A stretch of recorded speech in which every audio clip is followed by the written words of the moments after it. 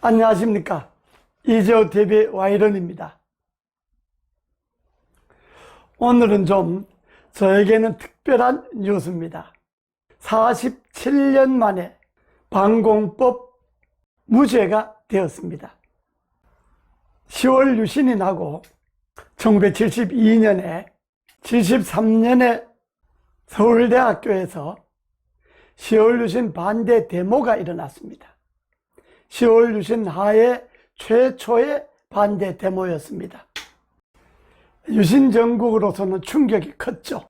그 철통 같은 보안망을 아주 거미줄처럼 깔아놓고 있었는데 그걸 뚫고 10월 유신 반대 데모가 그것도 상당한 큰 규모로 서울대학교에서 지금 종로 5가죠. 당시에 물리대 캠퍼스에서 일어났습니다. 자연적으로 유신 정국은 이 데모를 유신 통치를 굳히는데 하나의 중요한 자료로 이용하려고 했습니다.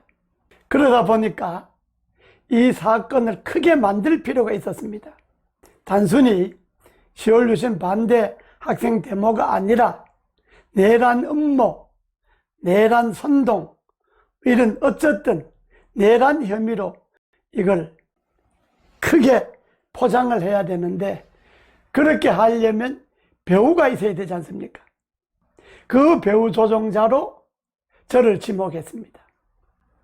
저는 당시에 민주수호 청년협의회 회장으로서 민주화운동을 처음 시작을 했죠.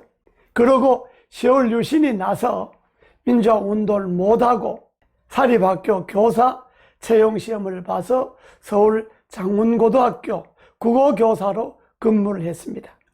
그런데 당시에 관당국은 장문고등학교 교사로 재직 중인 저를 10월 유신 반대 데모 배우 조종자로 수업 중에 영장도 없이 불법으로 체포해 갔습니다. 남산에 있는 대공분실 지하실로 끌고 갔습니다. 근 20일간 정말 말로 표현하기 어려울 정도의 고문을 당했습니다. 고문의 종류를 일일이 열갈 것도 없이 하여튼 제가 고문을 당하면서 제가 인간이기를 아주 저주했을 정도니까요. 그런 모진 고문 끝에 10월 유신 반대 데모 배우 조종과 내란 음모, 내란 선동은 성립되지 않았습니다. 원체 뜬금없이 잡아간 거니까요. 그러나 일단 잡아간 거니까 구속을 시켜야 되고 유신 반대하면 어떤 일이 생긴다고 하는 것을 민주화 운동하는 사람들에게 보여줘야 하기 때문에 저를 거의 강제로 방공법으로 잡아넣었습니다. 구속을 시켰습니다. 그 방공법이라는 것이 방공법 4조 2항 이적, 서적, 소지, 말하자면 불온서적 소지라는 거죠. 그 불온서적 소지라고 하는 것은 반국가 단체를 이롭게 할 목적이나 국가를 무슨 위해를 가하거나 국가를 변란할 목적으로 책을 보거나 책을 돌린 것이라야만이 이게 방공법이 성립이 되지 않습니까? 저는 제가 알지도 못하는 철학사전 한 권을 제 친구가 갖고 있었는데 그 친구가 그 책을 나도 봤다. 이 진술 하나로 방공법으로 잡아갔던 거죠. 그래서 1심에서 징역 3년을 받았습니다. 받아서 1년 가까이 살다가 2심에서 징역 1년에 집행유예 2년을 받아서 석방이 되었는데 그때는 이미 징역 1년을 거의 다 살았습니다.